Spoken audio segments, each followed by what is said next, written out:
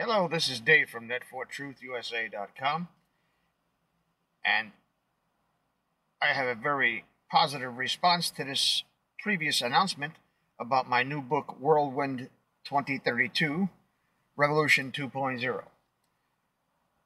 In the next video, I'm going to start from the beginning and read the book to the end in chapters in different videos, but this is merely an excerpt from the book. And here we go. After the close of business that day, and just as the sun was setting, Dave and Sean climbed onto the roof of the building by shimming up the heavy-gauge copper gutter downspouts. They avoided the outside surveillance cameras by using blind spots. They knew the angles and field of vision capabilities for the cameras by looking up the manufacturer's specifications. They were able to gain access to a small air vent after removing a dozen Allen screws securing its louvered security system. The vent was much too small to crawl through, but just big enough for their purposes. They were able to lower the sawed-off shotgun and all the ammunition and supplies they would need into the men's restroom air ventilation shaft using a backpacker's pump tent bag. They would retrieve it in the morning and carry out their plan to kidnap people behind the human trafficking trade and force them to give Eddie up. When the municipal building opened the next day, Dave and Sean entered the building and signed in at the security desk on the pretense of going to traffic court. They passed through the metal detector and explosive sniffer portal without setting off any alarms because they had nothing on their persons. As they walked down the hall, Dave recognized someone he had seen or had dealings with before, but couldn't at the moment remember from where. They waited until CPS supervisor George Pulver walked into his office. Once they knew Pulver was in his office, they entered the men's room and barricaded the door shut. They removed the air vent screen and retrieved their weapons and supplies. Quickly, before anyone could react, the men exited the bathroom, raced across the hall, and drop-kicked Pulver's office door, taking it completely off its hinges, crashing it to the floor. The secretary tried to press the silent alarm, but was quickly subdued by jolts from Sean's taser gun. Pulver was unable to retrieve his handgun from a locked desk drawer before two ex-Marines had him face down on his desk with both his arms in a hammerlock and held at gunpoint. Sean cocked the 12-gauge buckshot load into the shotgun's chamber and looped the bungee cord around the man's neck, turning the weapon and twisting the cord, then holding the weapon by the grip with his right arm looped into the carrying strap. "Stand up, motherfucker," Sean yelled, as Dave held the detonator tightly and pulled the pin on the homemade dead man's switch. Pulver stood on his feet, winded. He started to say something, but was cut off by the dorsal part of Sean's foot impacting his scrotum. "Shut the fuck up, scumbag," Sean said. "Now you don't know me," Dave said, "but I'm your worst fucking nightmare come vividly true. I'm gonna ask you a question, and if I don't get an answer, or if I get bullshit, I will take that fancy letter opener you have on the desk over there, and I'm gonna push it ever so slowly through your nutsack and deep into your asshole. You got it?" The man nodded in the affirmative. "Good." At that point, a dozen security guards stormed into the office with their laser-sighted weapons drawn. "Put the weapon down! Do it! Do it now!" they yelled. Sean calmly responded, "Wow, just like on Flashpoint. Now, gentlemen, before you act hastily and get everyone in this building killed, let me explain the situation you're in. I have Mr. Pulver here at the end of a 12-gauge street sweeper shotgun.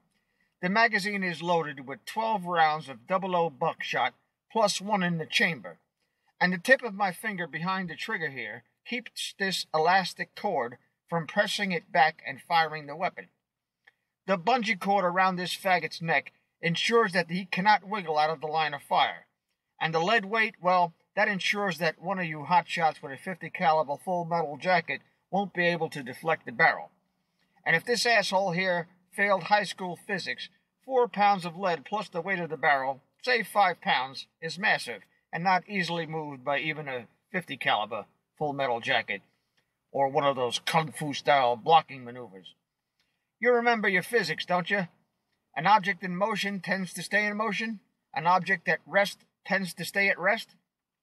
I don't have handcuffs on him, because if he so much as sneezes or farts without my express permission, he's a fucking dead man, and his wife will bury him in a closed coffin with a fucking wax replica of his dumbass-looking head.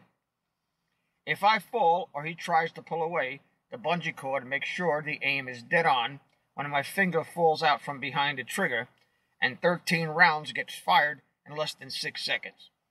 This lard-ass douchebag ain't quick enough to duck that many shots fired that fast, and you'll have a new style of wallpaper called gray matter. What little of it is in the brain pan there. And my very good friend there, well, he has something very special. Tell him what you got there, pal. Dave turned to the guards and said, "What I'm holding here is a modified piezo-type electronic detonator. It is rigged with a spring that is being held back by my finger in this slot on the grip. Should I be shot or get a little buggy with my PTSD, or if I just get crazy all of a sudden and decide to let it go, the spring inside this tube will press the detonator." Dave opened his jacket, revealing a molly vest packed with 8 pounds of military-grade Semtex.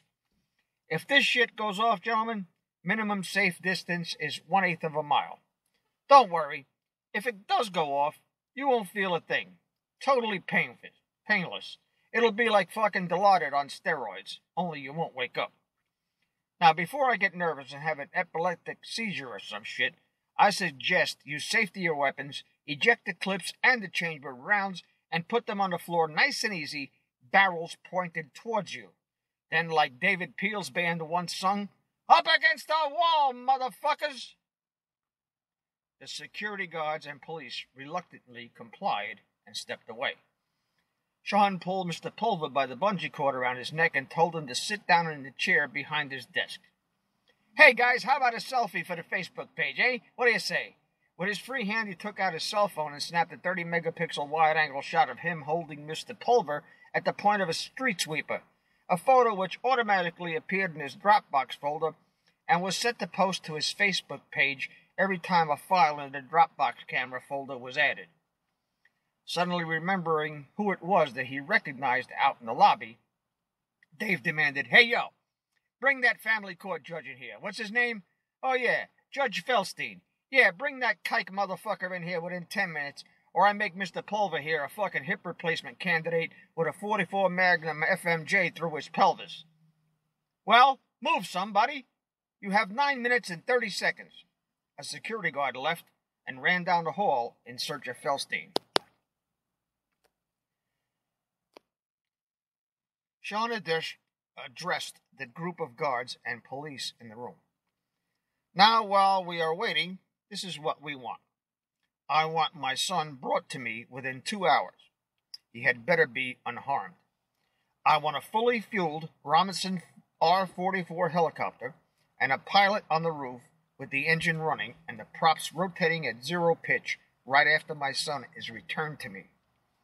We want $2 million deposited to a numbered account in Belize. Failure to comply with our demands, failure to meet time constraints, failure to wire the money, or if any of you in this fucking building tries to be a hero or attempts to leave this room, this fucker's head gets blown off like an M80 in a fucking watermelon." Sean wrote the Belize account number on a piece of paper, balled it up, and threw it to one of the guards and told him, "Take that number to the county treasurer. I will verify that the deposit is in the account within 90 minutes. If the money isn't there by then, 6 of your buddies here, chosen at random, leave this office in body bags." Pulver looked at Sean and attempted to speak, and when he did, Sean shoved the barrel of the shotgun in his mouth, breaking off several of his teeth. "You got something to say, you tree-jumping chomo?" The man nodded his head. "It better be good. It better be real fucking important," Sean said. "I don't know where your son is, sir," Pulver said, blood dripping from his lower lip. Sean said, "Wrong answer, dickweed. Remind me to cut off your left nut and poke it down your throat with a big pen until you choke." I know that you are the chief motherfucker what's in charge of the Rich Boys Pedophile Club upstate. You better get on the phone and do whatever you gotta do to get my boy back to me in 1 hour and 50 minutes from now, else you and everyone in this fucking building are gonna be dead and dismembered. Of course, Dave and me will go with you, but we were ready a long time ago to die for our country, and you can bet we won't be licking no fucking salamis on the way out. Judge Felstein was brought in by the guard who went after him. When the guard attempted to sneak back out the door, Dave shot him in the back of the head with his .44 Desert Eagle, exploding his skull and covering the wall with bloody, dripping brain matter. We said nobody leaves. Did we say that? Oh, and I forgot to mention, I never miss. I was a Marine sniper back in the day, and I never wasted a perfectly good bullet by missing my target. He looked over to Sean and said, "It's good to know that I haven't lost my fucking touch, eh?" Sean motioned for Felstein to come closer. When he came within reach, Sean grabbed him by the necktie with his left hand, twisted it several times, and got in his face. "You bag of subhuman shit, you are a fucking disgrace to your people. Hitler stopped one Jew too soon because he didn't gas the two people who fucked us good folk by spawning the likes of you. You're not one of the ringleaders of the perv scumbags, aren't you? Who ordered my son taken from me? I know that you know. You people did it for money. You did it because that's how you have that yacht out on Long Lake, the Cessna with the pontoons, the $2 million lakefront house, and the 7-figure bank account. What the fuck are you doing down here in New Jersey? Ain't your jurisdiction in upstate New York somewhere? You better start talking, because if you don't talk or you tell me bullshit, my people will set everything you own on fire and torture everyone you love slowly to death, and we will make you watch the videos on YouTube before we kill you slowly in such searing fucking pain that you couldn't possibly imagine." Felstein broke down and told Sean that his son was being held in the North Jersey town of Saddle River, and the car ride from there to here would be at least 3 hours, traffic notwithstanding. Sean demanded that Felstein put the boy on his private Cessna and get him here within the time frame demanded. Felstein got on his cell phone and made the arrangements with the pilot. Within 15 minutes, the boy was at Teterboro Airport, and the plane was heading home. Outside the room, the SWAT team was planning how they could rescue the hostages. The team leader, Bill Gitz, assessing the situation, gave his briefing. "Gentlemen, we have 2 actors, both with elite military backgrounds, holding a room full of hostages, most of whom are security people, and at least a half a dozen of your fellow officers. One actor is rigged with enough explosives to level this building, wired to a fail-safe dead man's switch DIY detonator. The other has a court official at gunpoint. He's using a sawed-off assault-style automatic shotgun with the muzzle secured around the hostage's neck with a bungee cord and the trigger pulled back by elastic cord and being held forward by the actor's finger in the trigger guard behind the trigger. Even with 2 perfectly executed headshots from vantage points we simply don't have. The way they're rigged, everyone in the building will be launched into orbit if we fail. And I'm afraid that chances are 100% in favor of catastrophic failure if we attempt a rescue. There is simply no other option but to negotiate, but they are not willing to make any concessions." The negotiator called the desk phone in Pulver's office. "That has to be the SWAT team negotiator," Dave said. "I'll get it," Sean replied. Sean picked up the phone. Before the negotiator had a chance to speak, Sean yelled into the phone. "This is Sean Dempsey. I know who you are. These scumbags kidnapped my son and took him up to North Jersey to be sold as a sex slave overseas. I am doing what I have to do to get him back. There will be no negotiations. There will be no bullshitting or delay tactics. There will be no concessions, and there will be no acts of so-called good faith. Either my son is back here within 1 hour and 40 minutes from now, or we start killing everyone in the room. One dead motherfucker every 10 minutes until my son walks through the door unharmed, or until we run out of bullets or motherfuckers to shoot. This whole building comes down on your fucking heads with 8 pounds of Semtex right after I decapitate this chomo here with a point-blank 12-gauge buckshot tap on the noggin. God and his League of Angels help you if you don't comply. And while I got you on the phone, call Papa John's and send up a dozen large pizzas, assorted toppings, and 12 2-liter bottles of assorted soft drinks. He slammed the phone on a desk, yanked the cord from the wall, then hurled the phone through the window out into the street. Guess you told him, eh, Sean? Dave joked. Yeah, fucking A, I told him, Sean replied. 30 minutes passed and the pizzas and drinks arrived. Dave had everyone in the room served by one of the guards. Don't forget to tip the waiters, Sean joked. Hey, what the fuck? Who eats pizza without crushed red peppers and fucking Parmesan cheese? He yelled into the hallway. 90 minutes passed and there was still no sign of Eddie. The judge's cell phone started ringing. He didn't answer and it stopped after 30 seconds, and then started ringing again. Feldstein looked at Sean, who said, It's obvious for you, asshole. Answer the fucking thing. The judge answered the call and then handed the phone to Sean. It's for you, he said. I'm not expecting any calls, Sean said as he put the phone on speaker. Who the hell is this, and what the fuck do you want? Is my son here? You have 8 minutes. The negotiator on the other end replied, He's at Pomona Airport in Atlantic City. The state police are running escort on the Atlantic City Expressway.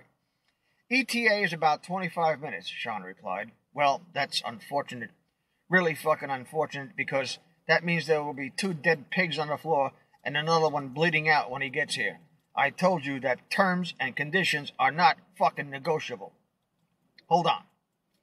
Sean pulled a buzzing cell phone out of his pocket, dismissed the reminder, and logged on to the Belize Bank's website using a hotkey. He entered the password for his RoboForm app, which logged him into the numbered account. The balance was $2,120,000. The $2 million he demanded, plus the $120,000 he had deposited from unreported income over the years. He was going to need the money because he could not go back home now. If he got out of here alive, he would have to stay with the resistance, going off the grid in a non-extradition country and essentially disappearing into thin air. Hello. The money transfer into the Belize account is confirmed. Thank you for that, Sean said. The negotiator was sweating, knowing that he had no hope of controlling the situation or even mitigating the problem by talking. I want you to talk with the boy right now, the negotiator said, hoping that it would buy some time and prevent the execution of hostages. Patch me through to the squad car, he ordered the radio operator. In a few seconds, Sean was talking to his son via phone patch on the police cruiser's radio.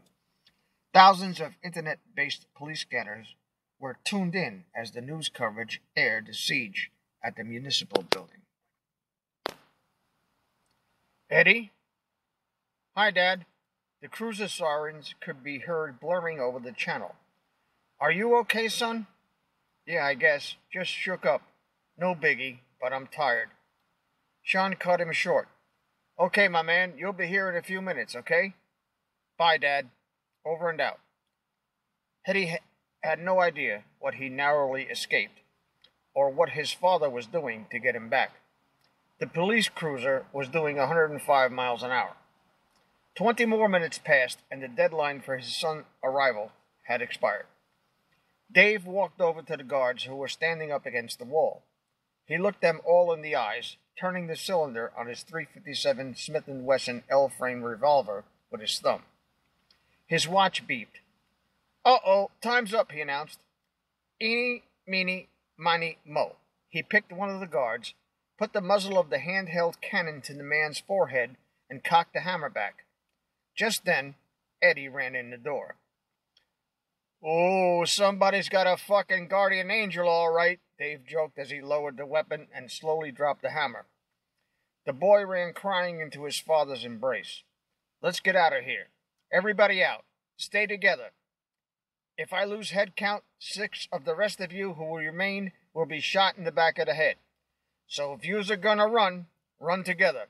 I got 6 rounds, 1,400 feet per second, 158 grain, full metal jacket glazers.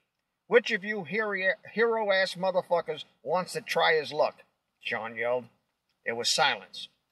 I didn't think so, Sean said.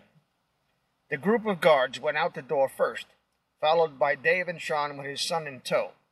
They were not worried about being ambushed because anyone close enough to try would be killed instantly by the explosion if Dave lost his grip on the detonator, and Pulver would die instantly if Sean so much as tripped over a crack in the hallway tiles. As they walked down the long hallway, Eddie started to ask his father, "Dad, what's going—" Sean cut him off. "Not now, son." The hallway was lined with SWAT team and police, their weapons holstered and their rifles slung muzzles down behind their backs so as not to present even the appearance of a threat. "Where's my chopper?" Sean screamed. "On the roof helipad and idling just as you asked," one of the SWAT team members replied. "Excellent," Dave said. As they reached the roof via the elevator and flight of stairs from the 4th floor, the chopper was there waiting. The security guard and other were released at the top of the stairs. Sean, Pulver, and the boy boarded first, followed by Dave and Judge Felstein. "Go, Dave," commanded the pilot. "Where to?" the pilot asked. "Toward Ong's Hat. I'll direct you as we go." They were only 2 minutes away from the Resistance's camp. Dave took the pilot's headset off his head, broke the headset plug off in the console, then threw the headset out a window. He took a pencil from the pre-flight clipboard and jammed it into the co-pilot's head jack and broke it off, flush with the dashboard. "Your comm is down temporarily, Captain," he said. Dave put the pin back in the detonator and took the Semtech pack mole vest. He then produced a pair of handcuffs and shackled Pulver and Felstein together by their right ankles. He took a self-locking carabiner and secured the handcuff chain to a cargo hook on the flight deck. "You can't run too fast, hooked up like this," he said. "Face down on the deck." Dave commanded the two, and they immediately complied. Sean pulled a rescue knife from his belt and used the seatbelt blade to cut the elastic cord, pulling the trigger back. Then the bungee cord around Pulver's neck. "I guess we're done with these two," he asked Dave. "Yeah, just about," Dave replied. Dave directed the pilot to the landing zone that was 1.5 miles from the Resistance's camp, and the helicopter put down in the white sugar sand a short distance west-southwest of Carranza Memorial. As the helicopter descended, Dave took the cell phone from his pocket and put it into a small, snap-fastened pocket on the mole vest, connecting the headphone jack to a plug that was dangling out of another small, snap-fastened pocket. He rolled up the vest and stowed it under the empty co-pilot's seat. As Sean and the boy jumped out and ran to the tree line, Dave told the pilot, "You're free to go. Say nothing of this landing zone to anyone." "Promise me," the pilot replied, "Agreed." Dave ran off into the woods as the helicopter took off with Pulver and Felstein still aboard, lying face down on the flight deck, shackled together. As they hiked toward the camp, Dave said, Shit! I lost my fucking cell phone. Sean, ring my number, will you? 856-555-1080. Sean dialed the number on his phone. It rang twice, and then the helicopter exploded over the Pine Barrens between Hamilton and Batstow.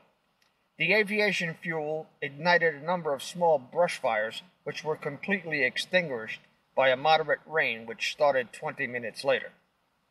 "Damn," Sean complained. "The pilot had nothing to do with... Pulver and Felstein deserved it, but..." Dave interrupted. "That's what's known as collateral damage. But trust me, that pilot was part of their operation. That was Pulver's private helicopter.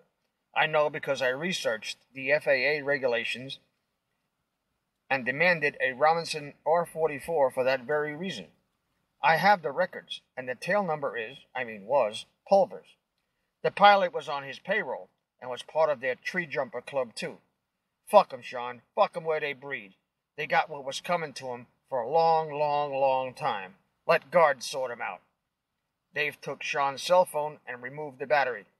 "There are no rocks in the Pine Barrens, so he palmed the device and smashed it against the trunk of a Douglas fir tree. "Welcome to the resistance, Sean," he said. I knew there was a reason he wasn't over at the butt crack of dawn.